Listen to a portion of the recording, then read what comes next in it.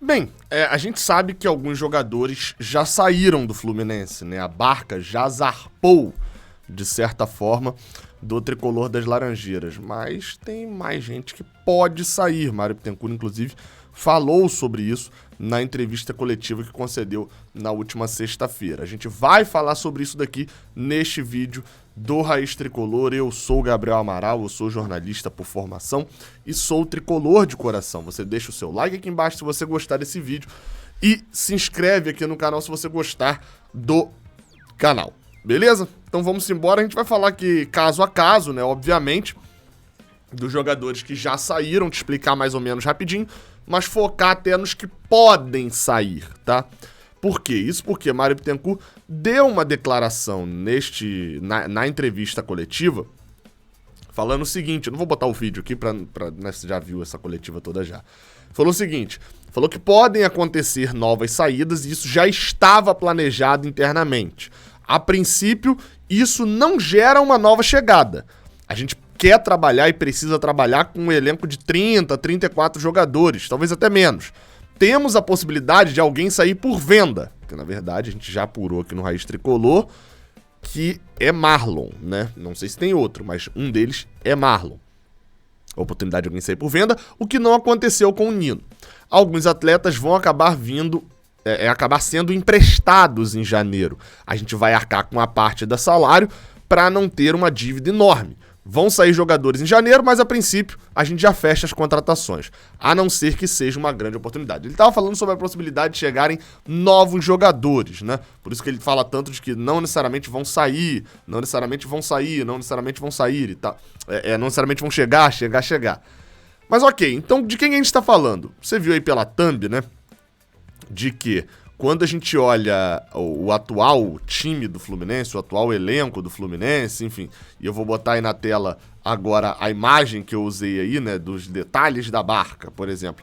Você vai perceber, tá aí na sua tela nesse momento, você vai perceber que alguns estão apagados. São eles. Deixa eu me aparecer aqui na tela aí pra vocês verem. Mas são eles. Começando por Bobadilla, que é o que tá lá na outra ponta. Eu tapei a cara de alguns aqui, mas Bobadilla. Bem, esse de volta ao Guarani do Paraguai, já se despediu, inclusive, da galera do Fluminense e tal, enfim, não tem muito o que fazer mais, voltou pro Guarani do Paraguai, não é a ideia do Fluminense, ainda mais acertado já com o Germancano, trazer o jogador de volta. Então, Bobadilla, por isso que ele já tá apagadinho ali, já foi. A gente tem aqui a minha, não sei de que lado você tá vendo, mas pra mim aqui é a minha direita, o famoso Gustavo Lopes. Gustavo Apes, o jogador foi confirmado como emprestado para o CRB de Alagoas. Então é um dos jogadores que não ficará no Fluminense, vai para o CRB de Alagoas por empréstimo, ok? Então o meio-campista realmente não deu certo até agora no Fluminense, a gente torce muito para que dê certo, porque é um jogador que torce pro clube, enfim, que é tricolor de arquibancada, mas até agora deu certo que voe na Série B e volte pro Fluminense. A minha esquerda aqui agora, não sei se pra vocês é esquerda também, mas tem João Lopes, goleiro, que chegou pra ser terceiro goleiro, acabou o contrato, tchau. Não jogou nenhuma partida oficial, né? Ficou no banco várias vezes, mas é o ideal do terceiro goleiro você não utilizá-lo, né? Por isso que eu acho interessante que o terceiro goleiro seja da base. Eu acho que hoje, não tô falando aqui de qualidade, ok? Qualidade é subjetivo. Mas eu acho que agora, pra 2022, o Fluminense tende a ter o que eu acho o cenário ideal para sua estrutura de goleiros. Qual que é? Você ter um goleiro que tá começando, iniciando o seu auge em relação à idade física. Qual que é esse goleiro? Marcos Felipe, na questão de idade. Tem 25 anos, 26 anos. O auge do goleiro começa justamente nessa idade, vai terminar ali por 32, 33, que é quando ele começa a decadência. Mas então assim, ele tá iniciando ainda a sua trajetória e tal. Você tem um goleiro mais jovem e tal, mas que tá iniciando o seu auge. Você tem no banco um goleiro experiente, e você pode reparar que praticamente todos os grandes times do Brasil que tem poder de investimento, o cenário é esse, tá? Salvo raras exceções, como por exemplo o Flamengo com o Diego Alves, os goleiros que já são ídolos do time, né? Cássio no Corinthians e tal, que são titulares um pouco mais velhos. Mas o reserva experiente, já numa idade que se ele fosse titular você ia falar, pô, tá meio velho, mas sendo reserva, entra pra jogar 10, 12 partidas no ano de repente, É a estrutura, por exemplo, que você tem no Palmeiras, de ter tinha, né? De ter Jailson ali no banco, com o Everton, goleiro de seleção. E o terceiro goleiro sendo um garoto. No Fluminense não era isso, com o João Lopes, já com a mesma idade praticamente de Marcos Felipe. Agora a gente deve ter com o Pedro Rangel, não sei se é ele que vai ser efetivado como terceiro goleiro, mas me parece que esse é o melhor cenário. Porque quando o profissional ali, o titular, tá poupado ou se lesiona por algum motivo, o reserva é um goleiro experiente que vai conseguir tomar a posição tranquilamente e vai dar a oportunidade de viajar com o elenco e de dar experiência para um garoto. Enfim, é isso. Agora, de qualidade, é óbvio que a gente vai ter críticas aos 3 fatores. Mas o João Lopes está fora. Outro que também está fora do Fluminense é Abel Hernandes, que está lá embaixo, lá no cantinho. Abel Hernandes não renovou o contrato com o Fluminense e foi embora para o Atlético São Luís, lá do México. Então esse não renovou com o Fluminense e foi para o México. Outro jogador é Frazan. Esse é fácil, tá aqui do lado do João Lopes. Fácil também. Emprestado para Chapecoense. Na verdade não é tão fácil assim não, né? Frazan foi envolvido numa transação do Fluminense com a Chapecoense que envolve outras coisas. Envolve talvez o futuro de uma parceria entre Chapecoense e Fluminense, mas a princípio é o seguinte: o Fluminense queria o Kevin Reis, que é um moleque de 15 anos lá da Chape, que é um fenômeno e tal, enfim.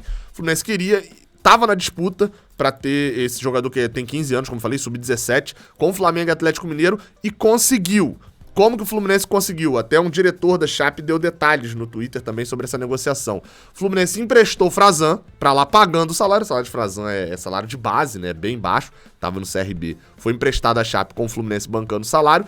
E além disso, ao final do Campeonato Carioca, um jogador ali do Sub-23, por exemplo, poderia ser Gustavo Apes, né? Que foi pro CRB agora, seria emprestado pra Chape também com salários pagos pelo Fluminense. Enfim, achei uma boa negociação. Você pega um moleque, assina um contrato profissional com o Fluminense, quando vai fazer 16 anos agora, enfim, vai assinar um contrato de 5 anos. Enfim, acho interessante. Chapecoense vai segurar 40% do jogador, o Fluminense com 60%. É um moleque, já no caso de Frazan desse outro jogador sub-23, né? Aí já é uma outra história. O único problema o Fluminense, se eu não estou enganado, vou pesquisar agora para não dar informação falsa. Eu realmente ia dar. Eu tinha visto em algum lugar, mas não encontrei aqui na pesquisa de que Frazan tinha renovado o contrato. O contrato de Frazan é até o final do ano mesmo, então acho que não deve renovar. Outro que foi para lá também, pra Chape, foi Reginaldo, mas esse acabou o contrato com o Fluminense e assinou com a Chape, então não tem vínculo mais com o Fluminense. Frazan tá indo como emprestado. E para fechar esses daqui, a gente vai para Fernando Pacheco, que já saiu também. O Fluminense negociou com o Sporting Cristal o seguinte: olha só, o jogador não tá rendendo aqui. Eu te comprei 50% do jogador, não comprei? Tá bom então. Toma de volta o jogador, mas eu vou segurar esses 50%. Se ele jogar bem aí, a gente torce o Fluminense e o Sporting Cristal para que ele renda. O Sporting Cristal vendendo o jogador, a gente ganha metade do valor. Era isso, ou o jogador que não rendeu no Fluminense, não rendeu no Juventude. Tem vídeo especial sobre a saída de Fernando Pacheco aqui no canal. Os 3 que ainda estão coloridos. São 3 que a gente fala é o famoso pode sair. Esses que estão apagados já saíram. Só que tem um que tá colorido, que é esse que tá aqui embaixo, que é o Hudson, que poderia estar apagado. Qual que é a situação de Hudson? Ele tá machucado, pertence ao Fluminense no momento, só que o Fluminense não pode dispensar o jogador lesionado. E ele ainda está lesionado, não está jogando mais. Qual que foi o acordo do Fluminense? O Fluminense vai renovar com o jogador renovou com o jogador por 1 mês antes do contrato acabar. Houve essa permissão da CBF, né, por causa da pandemia, de renovação mínima assim. Renovou o contrato por 1 mês até o final de janeiro para dar a possibilidade de Hudson de se recuperar plenamente e aí sim não renovar mais o contrato e o jogador ser dispensado. Obviamente não dispensado com rompimento do contrato, dispensado ao final do seu contrato. Por quê? Porque mandar embora um jogador doente ou um funcionário doente dá um processo no futuro, e o Fluminense já encarou isso aqui mesmo, nas Laranjeiras, né, no seu departamento de futebol, com De Amores. Então o Fluminense precaveu com isso. O Hudson tá fora dos planos do Fluminense. Os outros 2, Luca e Danilo Barcelos. tem a mesma situação. Mário Bittencourt, num vídeo que na coletiva, ele fala sobre o Fluminense ficar com um lateral só caso o Cristiano não viesse. Ele falava sobre Mário Pineda. Por quê? Porque Marlon poderia sair por venda. Como eu já falei, já tem notícia aqui no canal, vídeo do sábado, dando a exclusivo aqui. Um detalhe importante sobre isso. Tem Danilo Barcelos com contrato com o Fluminense até o final de 2022. Bem, sobre Danilo Barcelos, a possibilidade é a mesma de Luca, que é esperando alguém fazer uma proposta para tirá-lo do Fluminense. Luca tem algo mais avançado para poder sair do Fluminense por 2 motivos. Eu vou até voltar para a tela cheia aqui agora. Sobre Luca, o Vasco chegou a tentar o jogador, a Ponte Preta atualmente negocia com o Fluminense pelo jogador e negocia com o jogador. Para quê? Pedir emprestado. Qual que é o problema? O Fluminense tem contrato com ele até abril, salário de Luca é 200 mil, nenhum time da Série B, que são os times que querem Luca, tem disposição de pagar 200 mil. Tem caixa pra pagar 200 mil num jogador, num atacante. Por mais que ele vá ser o cara do time, etc., não tem esse cacife. Luca, nesse momento, ele não pode ser emprestado por um salário mais baixo. Então, ou se ele for para um outro time, será com o Fluminense rescindindo o contrato e o outro time assinando por um salário mais baixo. Ele quer, não sabemos. Então, tá na dependência de um outro time querer o jogador que, no caso de Luca, talvez possa ser utilizado num jogo ou outro no Carioca, caso o Fluminense seja poupe o time inteiro, e aí ele pode ir pro banco para compor e etc. Mas não é a ideia de Abel Braga e nem do próprio Fluminense, né, como um todo, como departamento de futebol, utilizar mais o jogador. E a mesma coisa em relação a Danilo Barcelos. Salário, qual a diferença? De Luca a gente já teve 2 especulações bem fortes. A sondagem do Vasco, que foi notícia aqui do Raiz Tricolor, e agora essa negociação toda com a Ponte Preta que vem dos jornalistas de Campinas. No caso de Danilo Barcelos, não veio nada. A gente não tá sabendo de nenhum clube que queira. O salário de Danilo Barcelos é neste nível de Luca. Só que é um lateral esquerdo. É mais difícil você empurrar um lateral esquerdo para um outro clube, ainda mais que Danilo Barcelos tem contrato até dezembro com o Fluminense. Ou seja, ele recebe este salário até dezembro e pode ficar sem jogar tranquilamente até dezembro, recebendo um bom salário e não ir para a Série B para ganhar metade do que vai ganhar aqui no Fluminense. Detalhe. Pô, será que um time aí da Série A não quer um Danilo Barcelos? Ele tem números muito bons. E de fato, tá? Os números de Danilo Barcelos é a melhor forma da gente vendê-lo. Tem números bons de assistência, tem números que se alguém, o Fluminense contratasse e fosse lá os analistas de número, né? Galera que não, conheço o jogador só pelo site do Ogol, tem informações ali, site do Ogol. Você vai ver Transfer Market. Se quer um jogador e tal, já analisa tudo pelo Ogol. Cara, então assim, estatísticas enganam. Tá aí Danilo Barcelos pra provar. Tem ótimos índices. Aquele índice do SofaScore e tal, Danilo Barcelos é a maior sacanagem que existe ali naquilo lá. Parece um craque. Por mais que tenha isso, tem um fator. Lateral esquerdo você tem normalmente 2 por clube. Na Série A tem time que tem um e o outro empurra alguém da base. E normalmente é uma posição que, se tem poucos jogadores num nível alto no Brasil, e a gente tem pouquíssimos jogadores de um nível alto no Brasil, tem muito jogador de um nível médio-baixo, que é o nível de Danilo Barcelos. Para encaixar ele no outro time é complicadíssimo. Ou seja, não faz parte dos planos do Fluminense, mas ainda tem contrato e precisa assinar com outro time, precisa querer que um outro time o queira e que ele queira ir para esse outro time. Ou seja, hoje não tem mais o que o Fluminense fazer sobre Danilo Barcelos. Sabe qual é o problema disso? Deram um contrato pra ele de 2 anos e 4 meses. Infelizmente, neste caso, eu acho meio otarice dizer isso, mas vai lá ver, eu avisei. A grande confusão minha sobre a contratação de Danilo Barcelos não era que ele era um jogador horrível, não falei isso lá. Falei, um lateral que vai chegar e não vai resolver o problema, está assinando por 2 anos e 4 meses. 2 anos e 4 meses. Que ele assinou em setembro de 2020. Pode ir lá ver, pesquisa aí no canal. Pode pesquisar que eu garanto. É um vídeo que eu tô falando aqui, 90% do que eu tô falando aqui agora. Tava lá avisado. Então sobre o Danilo Barcelos é isso. O Danilo Barcelos e o Luca. O Fluminense não conta mais com os jogadores, né? Estão fora, não devem ser utilizados. Porém, são jogadores que dependem de propostas para sair do Fluminense. O Fluminense não pode dispensar. Aí seria burrice. Dispensa Danilo Barcelos. É o que às vezes alguém pode estar... Dispensa Danilo Barcelos. Meu amigo, vai satisfazer a sua raiva. Danilo Barcelos vai pro olho da rua. Vai pro olho da rua ganhando o salário inteiro dele até o final do ano. Fluminense, não sabia disso não, o Fluminense tem que pagar. 200 mil por mês de Luca. Dispensa Luca agora, eu não quero nem ver esse cara na minha frente. Exato, o Fluminense vai pagar 800 mil reais mais as outras verbas para Luca não jogar nesses 4 meses. E ele vai assinar com outro clube tranquilamente. Então assim, não é para dispensar, né?